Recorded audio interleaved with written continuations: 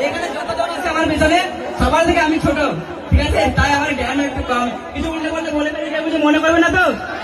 আচ্ছা, thank you.